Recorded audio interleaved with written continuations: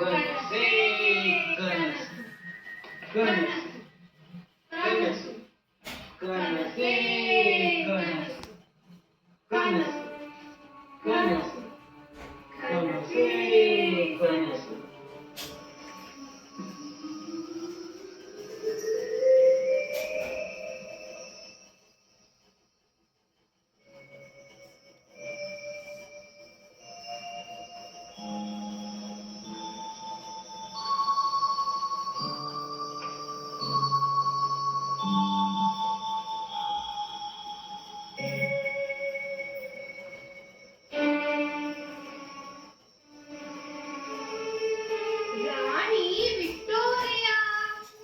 ರಾಣಿ Victoria, ನೀವು ಬಿಡಿಸುತ್ತಿರುವ ಚಿತ್ರ ಯಾರದು?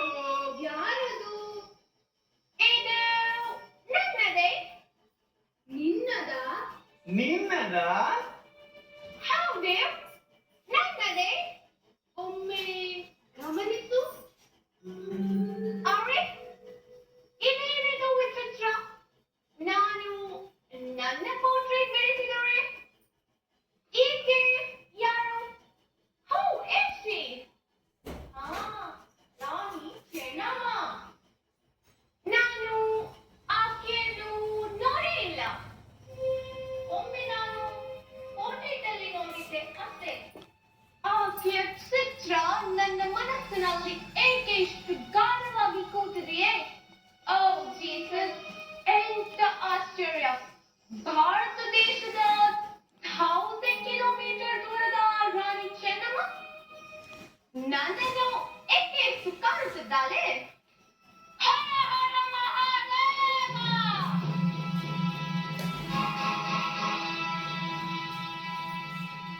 ಹರ ಹರ ಮಹಾದೇವ!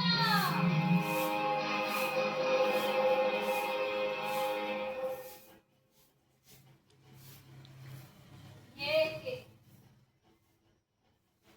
ಏಕೆ ಹಾಗೆ ಆಶ್ಚರ್ಯದಿಂದ ನೋಡುತ್ತಿರುವೆ ರಾಣಿ ವಿಕ್ಟೋರಿಯಾ?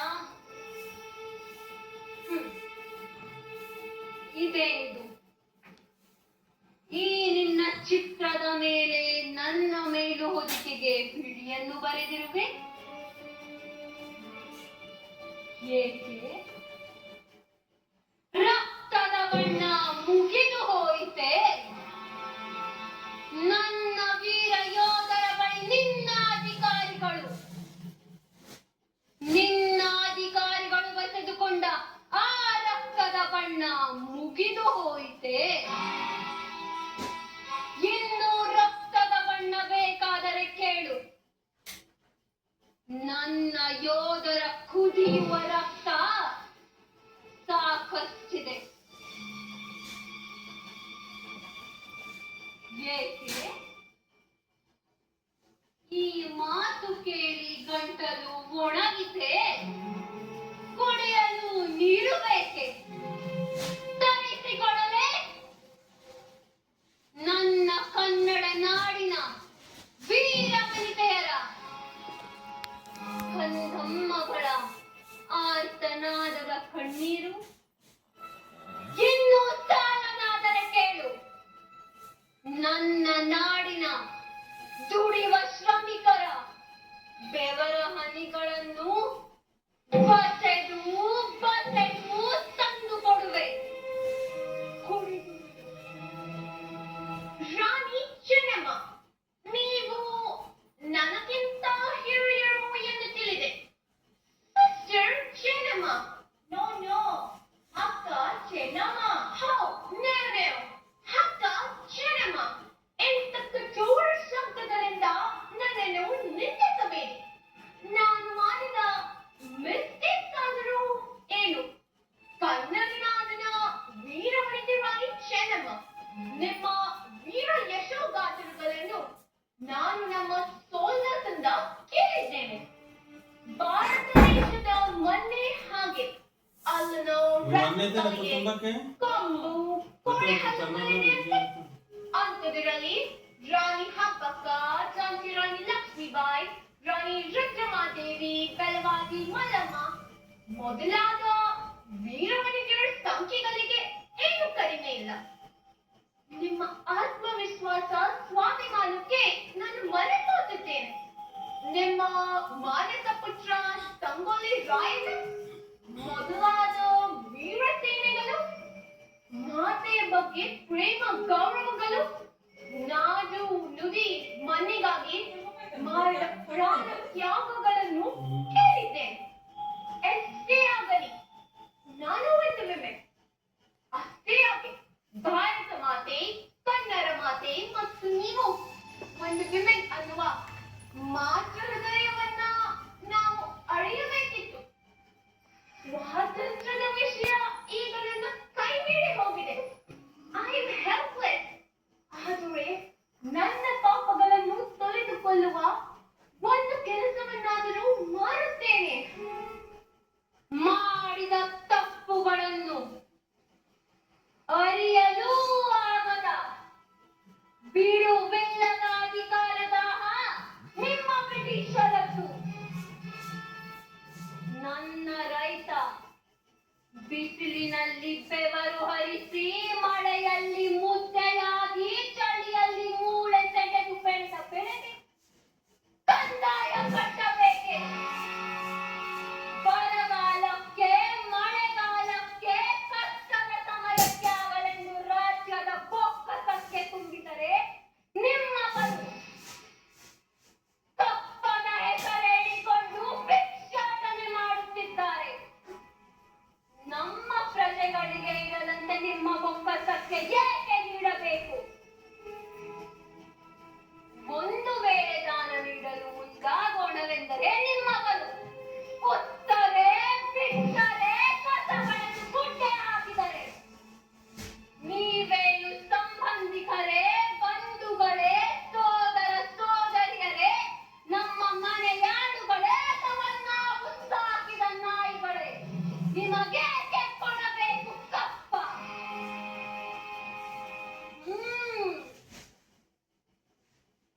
ನನ್ನನ್ನು ಅಕ್ಕ ಎಂದು ಸಂಬೋಧಿಸಿದೆಯಲ್ಲ, ನೀನು ನಿನ್ನ ಇಂಗ್ಲೆಂಡಿನ ಆಸ್ತಿಯನ್ನು ಸಮಭಾಗ ಮಾಡಿಕೊಡಬಲ್ಲೆಯ ವಿಕ್ಟೋರಿಯಾ? ಎಂದು ಬೆವರದ ನೀರು ಸುಖದ ಸುಪ್ಪತ್ತಿಗೆಯಲ್ಲಿ ಬೆಳೆದ ನಿನಗೆ ಕಷ್ಟದ ಬೆಲೆ ಏನು ಗೊತ್ತು? ಹಾ, ಅದಿರಲಿ. ಹೆಣ್ಣು ಮಕ್ಕಳು ಹಾಗೂ ದತ್ತು ಪುತ್ರರಿಗೆ ರಾಜ್ಯವಾಳುವ ಹಕ್ಕಿಲ್ಲವೆಂದು ಆ ನಿನ್ನ ಅಧಿಕಾರಿಗಳು ಹೇಳ್ತಾನೆ. ಏಕೆ? ನೀನು ಒಬ್ಬ ಹೆಂಗಸಲ್ಲವೇ? ನಿನಗೆ ರಾಜ್ಯವಾಳುವ ಹಕ್ಕು ಇದೆ ತಾನೆ? ಒಂದು ವೇಳೆ ನಿನಗೆ ಮಕ್ಕಳಾಗದೆ ಹೋದರೆ ಇಂಗ್ಲೆಂಡ್ ಅನ್ನು ಅನಾಥ ಮಾಡುವೆಯಾ? ಎಲ್ಲೋ 4600 ಮೈಲಿ ದೂರದಿಂದ ಬಂದು ನಿನ್ನದಲ್ಲದ ಭೂಮಿ, ನಿನ್ನದಲ್ಲದ ಜನ, ನಿನ್ನದಲ್ಲದ ಐಶ್ವರ್ಯ, ನಿನ್ನದಲ್ಲದ ಅಧಿಕಾರ, ನಿನ್ನದು ನಿನ್ನದು ಎಂದು ಹೇಳಲು ಎಷ್ಟು ತಪ್ಪು ನಿನಗೆ? ಮತ್ತೆ ಹೇಳು ನಿನ್ನ ಅಧಿಕಾರಿಗಳಿಗೆ, ಭಾರತೀಯರ ತಂಟೆಗೆ ಬರದಂತೆ ತಿಳಿ ಹೇಳು ನಿನ್ನ ಸೈನಿಕರಿಗೆ, ಕನ್ನಡದ ಕಲಿಗಳಿಗೆ ಬಲಿಯಾಗದಂತೆ, ಮನದಟ್ಟಾಗುವಂತೆ ಹೇಳು ನಿನ್ನ ಆತ್ಮಕ್ಕೆ, ಭಾರತದ ಸ್ವಾತಂತ್ರ್ಯಕ್ಕೆ ಅಡ್ಡಿಯಾಗದಂತೆ ನಿಮಗೆ ಉಳಿಗಾಲವಿಲ್ಲ. ಭಾರತ ದೇಶದ ಸ್ವಾಭಿಮಾನಿ ವೀರ ಯೋಧೆ ನಾನು. ಕರುನಾಡಿನ ಕೊಂಡಿಯಾಗಿ ಇಂದು ನಿನ್ನ ಕನಸಿನಲ್ಲಿ ಬಂದಿದ್ದೇನೆ. ನಿನ್ನ ಮನಸ್ಸಿನಲ್ಲಿ ಬಂದು ನಿನ್ನ ರುಂಡ ಬೇರೆ ಮಾಡಲು ನನಗೆ ಹೆಚ್ಚು ಸಮಯ ಬೇಕಿಲ್ಲ. ಖಬರ್ದಾರ್! ಖಬರ್ದಾರ್!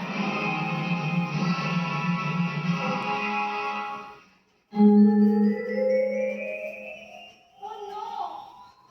What did we? ಯಾರಲ್ಲಿ? ಭಾರತ ದೇಶದ ಕರ್ನಾಟಕ ರಾಜ್ಯದ ಕಿತ್ತೂರಿನಲ್ಲಿ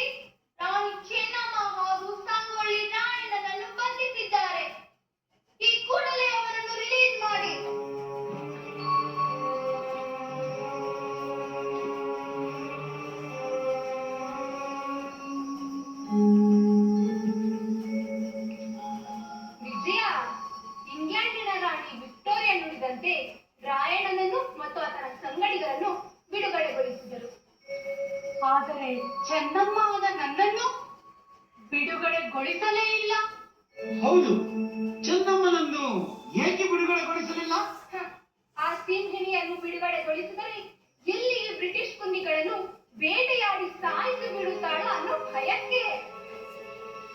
ಆದರೆ ರಾಯಣ್ಣನನ್ನು ಮತ್ತು ಆತನ ಸಂಗಡಿಗರನ್ನು ಮೋಸದಿಂದ ಬಂಧಿಸಿದ ಸಂಗತಿ ನಿಮಗೆ ಗೊತ್ತೇ ಇದೆ. ಉದಯವಾಯಿತು ಕ್ರಾಂತಿಯುಗ, ಸಿಡಿದಾಯಿತು ಕರುನಾಡಿನ ಮಗ. ನೆಮ್ಮದಿಯ ಸುಖ ಸಾಕು ಜಾಗೃತರಾಗಿ, ಭಾರತವ ಕಾಯಬೇಕು ಎಲ್ಲರೂ ಒಂದಾಗಿ. ಉದಯವಾಯಿತು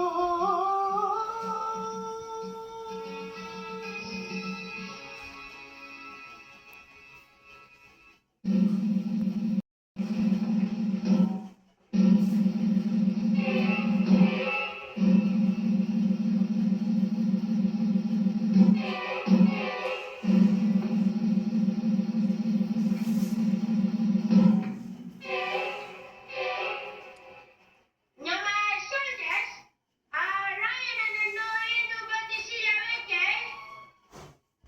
ರಾಯಣ್ಣನ ಬಳಿ ಕಚೇರು ಇಲ್ಲ. ಎಷ್ಟು ಜನ ಭೇಟಿ ಮಾಡುತ್ತಿದ್ದಾರೆ. ಸರ್, ರಾಯಣ್ಣನ ಬಂಧಿಸಲು ಸಾಧ್ಯವೇ? Hey, you! Shut up! ರಾಯಣ್ಣನನ್ನು ಬಂಧಿಸಿದ್ದೇವೆ. What? Rayanna! We got Rayanna! We got Rayanna! ಹುಲಿಯು ಹುಟ್ಟಿತು ಕಿತ್ತೂರ ನಾಡಾಗ, ಪಂಟರಾಯಣ್ಣ ಸಂಗೊಳ್ಳಿ ಊರಾಗ.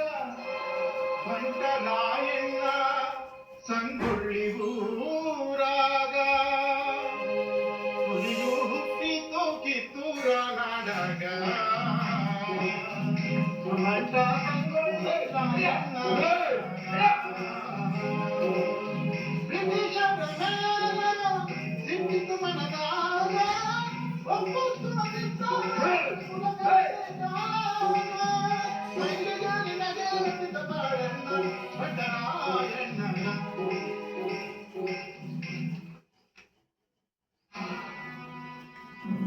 ಗಂಡು ಗಟ್ಟಿನ ನಾಡು ಧಾರವಾಡ ಮಂದಿ ಕುಂಬ್ಯಾಡ್ರಿ.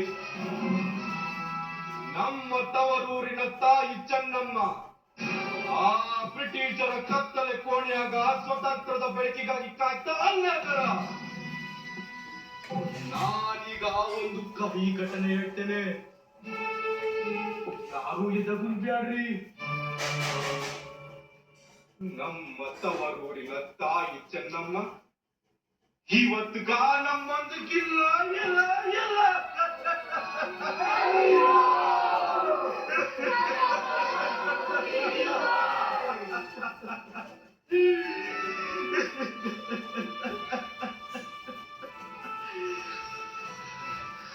ಆದ್ರೆ ಆಕಿ ಪ್ರಾಣ ತ್ಯಾಗ ನಾವು ಊಟ ಮಾಡಬಾರ್ದು. ಆಕಿ ಸಾವಿರ ಸೇಡನ್ನು ತೀರ್ಸ್ಕೋಬೇಕೈತಿ. ಕನ್ನಡ ನಾಡ್ನಾಗ ಬಂದು ಕನ್ನಡಿಗರನ್ನೇ ಅವರ ಕೂಲಮ್ಮರನ್ನಾಗಿ ಮಾಡ್ಕೊಂಡಾರ. ಬೆಳವಾಡಿಯ ನನ್ನ ಬಂಧುಗಳೇ, ನನ್ನ ಪ್ರಾಣ ಪ್ರಿಯರೇ, ಧಾರವಾಡದ ಧಾರಾಳ ಮನಸ್ಸಿಗರೇ, ಜಾಗೃತರಾಗಿ ಇಂಥ ಸಂಚುಕೋರರನ್ನು ಸದೆ ಪಡೆಯಲು ಹಿಂದೆ ಸನ್ನದ್ಧರಾಗಿ. ಜೈ ವಿಶ್ರಮ್ಮ ದೇವಿ.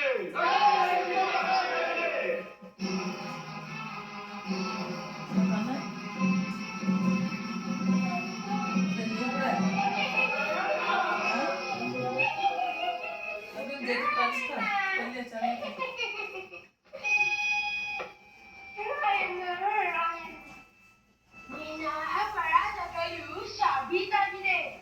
ನಿನ್ನನ್ನು ಕಲ್ಲಿಗೇರಿಸುವ ಸಮಯ ಬಂದಿದೆ. ನಿನ್ನ ಕೊನೆ ಆಸೆ ಏನಾದರೂ ಇದ್ದರೆ ಹೇಳಿಬಿಡು. ಕೊನೆ ಆಸೆ ಭಾರತಕ್ಕ ಸ್ವತಂತ್ರ ಬರುದೇ ನನ್ನ ಕೊನೆ ಆಸೆ ಐತಿ. ಕಿತ್ತೂರಿನ ಸಾಮ್ರಾಜ್ಯದ ಮ್ಯಾಗ ನಂದಿ ಧ್ವಜವನ್ನ ಆರಿಸೋದೇ ನನ್ನ ಕೊನೆ ಆಸೆ ಐತಿ. ಈ ಆಸೆಯನ್ನು ಪೂರಿಸಬಲ್ಲೆಯ ಪರದೇಶಿ ಕುನ್ನಿ, ನಾನು ಸ್ನಾನ ಮಾಡುವ ಸಮಯವನ್ನು ನೋಡಿ ತಾಯಿ ಕೃಷ್ಣಮ್ಮ ದೇವಿ ಗೀತದ ಅಜಯ ಖಡ್ಗವನ್ನು ಉಪಾಯದಿಂದ ಕದ್ದು ನೂರಾರು ಬಂದು ಸೈನಿಕರೊಂದಿಗೆ ಬಂಧಿಸಿದ್ದೀಯ. ಇದಾ ನಿನ್ನ ಗಂಡತನ. ಒಂದು ಕಡೆ ನಾನು ಅಲ್ಲಿ ಅದೇ ಸ್ಥಳದಲ್ಲಿಯೇ ವೀರಮರಣವನ್ನು ಹೊಂದಬಹುದಿತ್ತು, ನನ್ನ ಪ್ರಾಣ ತ್ಯಾಗವನ್ನು ಮಾಡಬಹುದಿತ್ತು. ಆದರ ದೇಶಾದ್ಯಂತ ಹೋರಾಡೋ ದೇಶ ಪ್ರೇಮಿಗಳಿಗೆ ಸ್ವಾತಂತ್ರ್ಯದ ಸಂದೇಶವನ್ನು ಸಾರಬೇಕಿತ್ತು, ಸ್ವತಂತ್ರದ ಜ್ಯೋತಿಯನ್ನು ಹಚ್ಚಬೇಕಿತ್ತು. ಅದಕ್ಕ ನನ್ನ ಪ್ರೀತಿಯ ನಂದಗಾಡಕ್ಕ ಬಂದೆ. ಶಾಂತಾನಂದ ಗುರುಗಳಿಗ ವಂದನೆ, ತಾಯಿ ಚೆನ್ನಮ್ಮನಿಗ ಅಭಿನಂದನೆ. ಜೈ ಭುವನೇಶ್ವರಿ.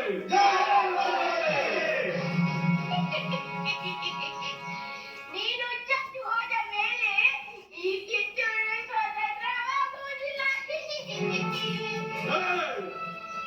ಬಂಧುಗಳೇ, ಈ ಬ್ರಿಟಿಷರ ಕುತಂತ್ರಕ್ಕ ಒಬ್ಬ ಬಲಿಯಾದೇನಂತ. ಕನ್ನಡ ನಾಡ್ನಾಗ ನನ್ನಂತ ಸಾವಿರಾರು ಮಂದಿ ರಾಯಣ ಹುಟ್ಟು ಬರ್ತಾರ. ಬ್ರಿಟಿಷರ ಎದೊಳಕ ನಡುಕ ಹುಟ್ಟುತ್ತಾರ. ನಾನಿಂದು ಮಾಟಗಳ ನಡುವೆ ಅತ್ತಂಗತನಾಗುವ ರವಿಯಲ್ಲ, ನಾಳೆ ಉದಯಿಸುವ ಅಖಂಡ ಸೂರ್ಯೋದಯ.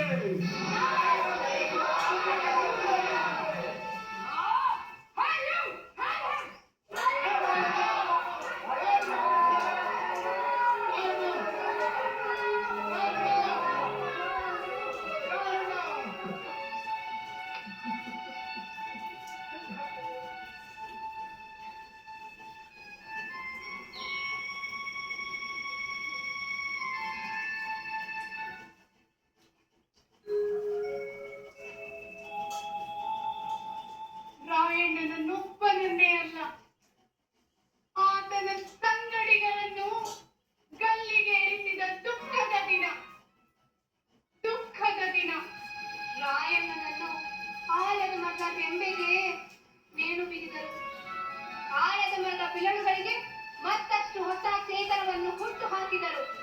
ರಾಯಣ್ಣ ಹುಟ್ಟುಹಬ್ಬದ ದಿನ ಆಗಸ್ಟ್ 15 ನಮ್ಮ ಭಾರತಕ್ಕೆ ಸ್ವಾತಂತ್ರ್ಯ ಬಂತು.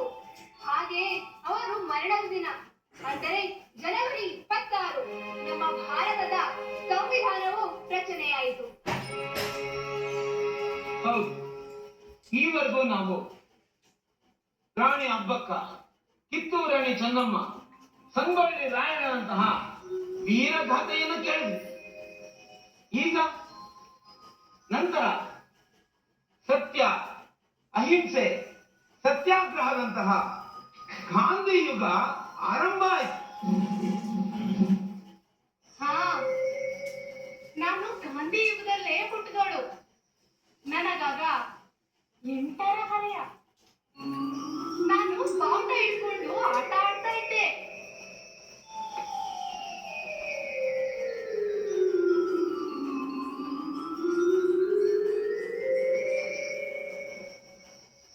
ಮಗ, ಏನ್ ಮಾಡ್ತಿದೀಯಾ? ಓ, ಆಟ ಆಡ್ತಿದೀಯಾ? ಅಲ್ಲ ಮಗ, ನೀವ್ ಯಾವಾಗ್ಲೂ ಗಾಂಧಿ ತಾತನ ನೋಡ್ಬೇಕು, ಗಾಂಧಿ ತಾತನ ನೋಡ್ಬೇಕು ಅಂತ ಹೇಳ್ತಿದ್ದಲ್ಲ. ನಮ್ ಗಾಂಧಿ ತಾತ ದಡ್ಡಿ ಉಪ್ಪಿನ ಸತ್ಯಾಗ್ರಹ ಮಾಡ್ತವ್ರೆ. ನಾನ್ ನಿಮ್ಗೆ ಅಲ್ಲಿಗೆ ಕರ್ಕೊಂಡು ಹೋಗ್ತೀನಿ. ಆ ಮಗ, ಉದಯವಾಯಿತು ಗಾಂಧಿ ಯುಗ, ಹಿಡಿದಾಯಿತು ಸ್ವಾತಂತ್ರ್ಯದಾನುಗ. ನೆಮ್ಮದಿಯ ಸುಖದ ಜಾಗೃತರಾಗಿ ಭಾರತವ ಕಾಯಬೇಕು ಎಲ್ಲರೂ ಒಂದಾಗಿ. ಉದಯವಾಯಿತು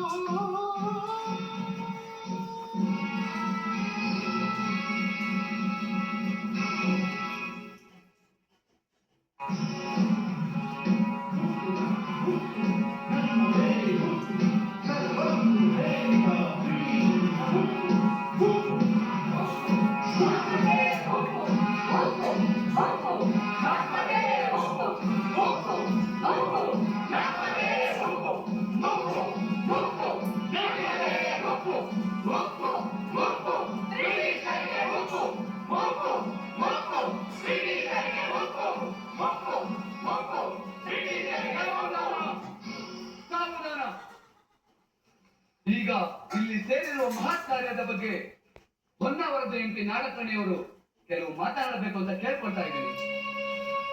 ನನ್ನೆಲ್ಲ ಹೋರಾಟಗಾರರೇ, ನಮ್ಮೆಲ್ಲರ ಪ್ರೀತಿಯ ಗಾಂಧೀಜಿಯವರು ದಂಡಿ ಉಪ್ಪಿನ ಸತ್ಯಾಗ್ರಹವನ್ನು ಮಾಡುವುದರ ಮೂಲಕ ಬ್ರಿಟಿಷರ ಅಮಾನವೀಯ ಕಾನೂನು ಭಂಗ ಚಳವಳಿಯನ್ನು ಯಶಸ್ವಿಗೊಳಿಸಿದ್ದಾರೆ. ಅವರ ಕರೆಯಂತೆ ನಾವೆಲ್ಲರೂ ಇಂದು ಅಂಕೋಲ ಉಪ್ಪಿನ ಸತ್ಯಾಗ್ರಹವನ್ನು ಯಶಸ್ವಿ ಮಾಡಿದ್ದೇವೆ.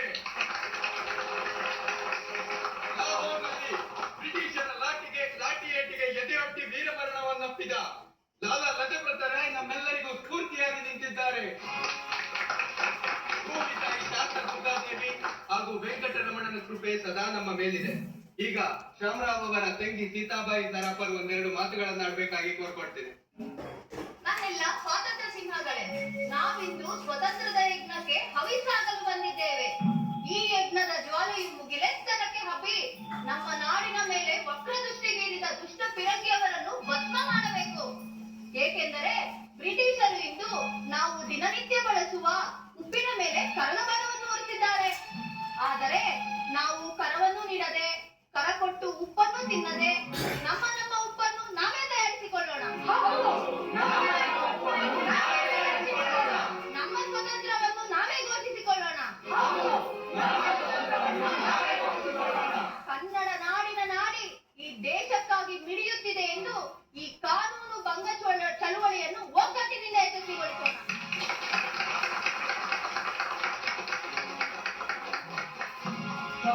ಸಹೋದರಿಯರೇ, ನಾವೆಲ್ಲರೂ ಇಂದು ಉಪ್ಪು ನೀರನ್ನು ಮಣ್ಣನ್ನು ಸಂಗ್ರಹಿಸಿ ಕೇದಾರನ ಸಮ್ಮುಖದಲ್ಲಿ ಉಪ್ಪು ನೀರನ್ನು ಕುದಿಸಿ ಉಪ್ಪನ್ನು ತಯಾರಿಸಿ ಲೀಲಾವು ಮಾಡಿದ್ದೇವೆ. 40,000ಕ್ಕೂ ಹೆಚ್ಚು ಮಂದಿ ಸೇರಿರುವ ಈ ಸಭೆಯಲ್ಲಿ ದೇವು ಹೊನ್ನಪ್ಪ ನಾಯಕನಾದ ನಾನು ಮೊದಲ ಉಪ್ಪಿನ ಪೊಟ್ಟಣವನ್ನು 30 ರೂಪಾಯಿಗಳನ್ನು ಕೊಟ್ಟು ಖರೀದಿ ಮಾಡುತ್ತಿದ್ದೇನೆ.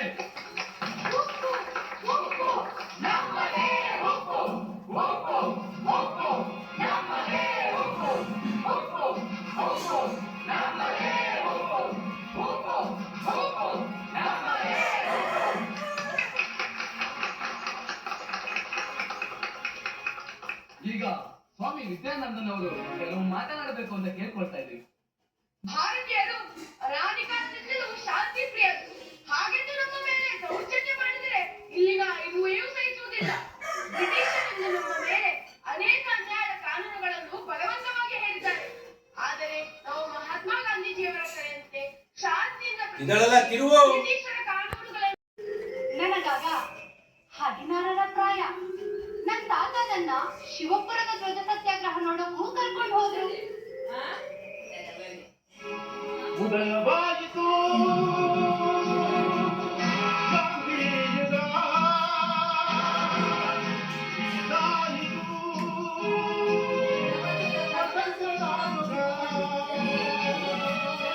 ನೆಮ್ಮದಿಯ ಸುಖದ ಜಾಗೃತರಾಗಿ ಭಾರತವ ಕಾಯಬೇಕು ಎಲ್ಲರೂ ಒಂದಾಗಿ. ಉದಯವಾಯಿತು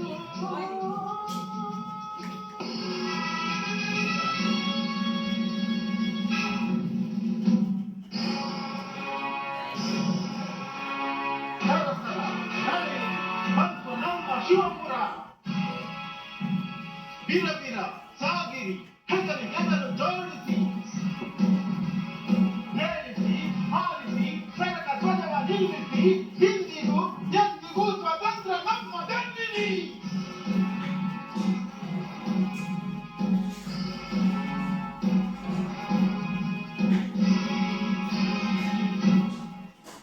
ಬ್ರಿಟಿಷರೇ ಭಾರತ ಬಿಟ್ಟು ತೊಲಗಿ, ಬ್ರಿಟಿಷರೇ ಭಾರತ ಬಿಟ್ಟು ತೊಲಗಿ,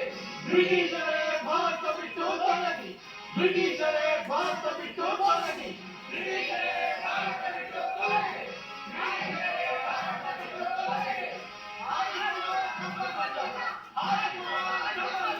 ನಮ್ಮದೇ ಧ್ವಜ, ನಮ್ಮದೇ ಧ್ವಜ, ನಮ್ಮದೇ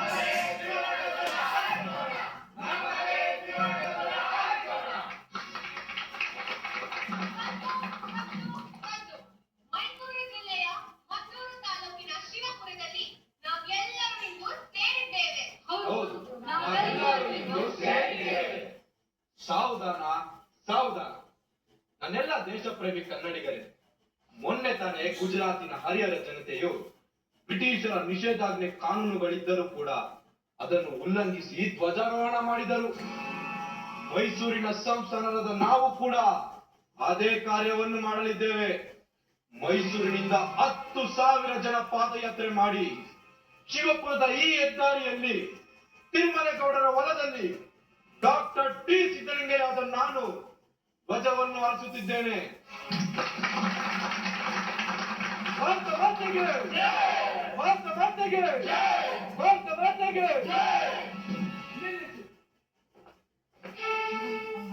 ಇಲ್ಲಿ ನಿಷೇಧಾಜ್ಞೆ ಇರುವುದರಿಂದ ಲಾಗೋಸ್ ಮಾಡುವಂತಿಲ್ಲ, ಸಭೆ ಸೇರುವಂತಿಲ್ಲ. ಇದು ಬ್ರಿಟಿಷ್ ಕಾನೂನಿನ ಪ್ರಕಾರ ತುಂಬಾ ತಪ್ಪು. ಎಲ್ಲರೂ ತಮ್ಮ ತಮ್ಮ ಮನೆಗೆ ಹೊರಡಿ, ಇಲ್ಲ ಅಂದರೆ ನಿಮ್ಮನ್ನು ಅರೆಸ್ಟ್ ಮಾಡ್ತೀವಿ.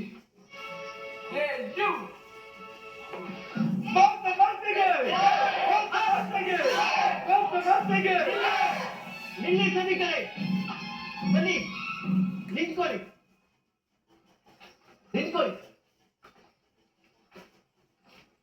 ನನ್ನೆಲ್ಲ ಸ್ವಾತಂತ್ರ್ಯ ಹೋರಾಟಗಾರರೇ, ಈಗ ತಾನೇ ಟಿ ಸಿದ್ದಲಿಂಗಯ್ಯನವರನ್ನು ಆ ಬ್ರಿಟಿಷರು ಬಂಧಿಸಿದ್ದಾರೆ. ಮದ್ದೂರಿನ 3 ಕಿಲೋಮೀಟರ್ ವ್ಯಾಪ್ತಿಯಲ್ಲಿ ಯಾವುದೇ ಸಭೆ ಸಮಾರಂಭ ಸೇರುವಂತಿಲ್ಲ ಹಾಗೂ ಧ್ವಜಾರೋಹಣ ಕೂಡ ಮಾಡುವಂತಿಲ್ಲ ಎಂದು ನಿಷೇಧಾಜ್ಞೆಯನ್ನು ಹೇರಿದ್ದಾರೆ. ಆದರೆ ಅವೆಲ್ಲವನ್ನು ಉಲ್ಲಂಘಿಸಿ 10,000ಕ್ಕೂ ಹೆಚ್ಚು ಜನ ಸೇರುವ ನಿಮ್ಮೆಲ್ಲರನ್ನು ನಾನು ನಿರಾಶೆಗೊಳಿಸುವುದಿಲ್ಲ. ಟಿ ಸಿದ್ದಲಿಂಗಯ್ಯನವರು ಮಾಡಿದ ಅರ್ಧದ ಕೆಲಸವನ್ನು ಎನ್ ಜೋಯಿಸಾದ ನಾನು ಕೂಡ ಗೊಳಿಸುತ್ತೇನೆ.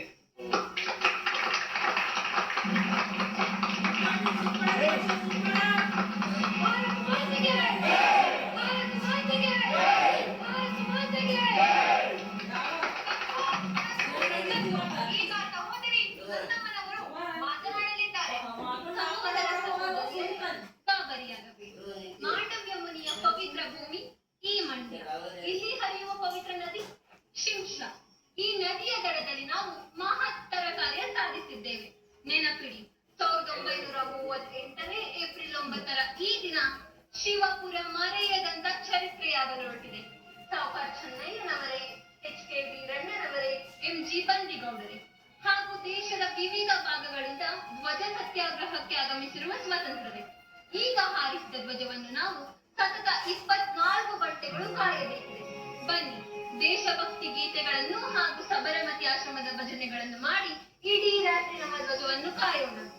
ರಘುಪತಿ ರಾಘವ ರಾಜ ಪತಿತ ಪಾವನ ಸೀತಾರಾಮ. ರಘುಪತಿ ರಾಘವ ರಾಜ ಪತಿತ ಪಾವನ ಸೀತಾರಾಮ. ಈ ಘಟನೆಯಾದ ಕೇವಲ 15 ದಿನಗಳ ನಂತರ, ಅಂದರೆ 1938 ಏಪ್ರಿಲ್ 25ರಂದು ಕರ್ನಾಟಕ ಆಂಧ್ರ ಗಡಿಭಾಗದ ಕೋಲಾರ ಜಿಲ್ಲೆಯ ಗೌರಿಬಿದನೂರಿನ ಚಿಕ್ಕ ಗ್ರಾಮ ವಿಧುರಾಶ್ವತ್ಥದಲ್ಲಿ ಇಂಥದ್ದೇ ಕ್ರಾಂತಿ ಆಯಿತು. ಹೌದು, ವಿಧುರಾಶ್ವತ್ಥದಲ್ಲಿ ನಡೆಯುವ 9ನೇ ದಿನದ ಜಾತ್ರೆಯಲ್ಲಿ ಬ್ರಿಟಿಷರ ಕಣ್ತಪ್ಪಿಸಿ ಧ್ವಜಾರೋಹಣ ಮಾಡ್ತಾರೆ ಅಂತ ನನ್ನ ತಾತ ಹೇಳಿದ್ರು. ಅಷ್ಟೇ ಅಲ್ಲ, ನನ್ನ ಅಲ್ಲಿಗೆ ಕರ್ಕೊಂಡು ಹೋದ್ರು. ಉದಯವಾಯಿತು ಗಾಂಧಿಯುಗ, ಹಿಡಿದಾಯಿತು ಸ್ವತಂತ್ರದಾನುಗ. ನೆಮ್ಮದಿಯ ಸುಖದ ಸುಚಾತುತರಾಗಿ ಭಾರತವ ಕಾಯಬೇಕು ಎಲ್ಲರೂ ಒಂದಾಗಿ. ಉದಯವಾಯಿತು.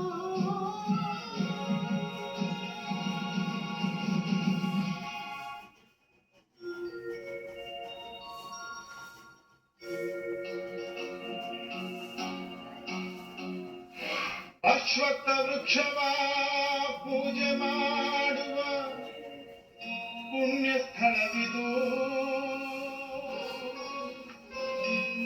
ಧರ್ಮ ಸಾರಿದ ವಿದುರ ದೇವನ ಪಾವನ ಮಣ್ಣಿದು.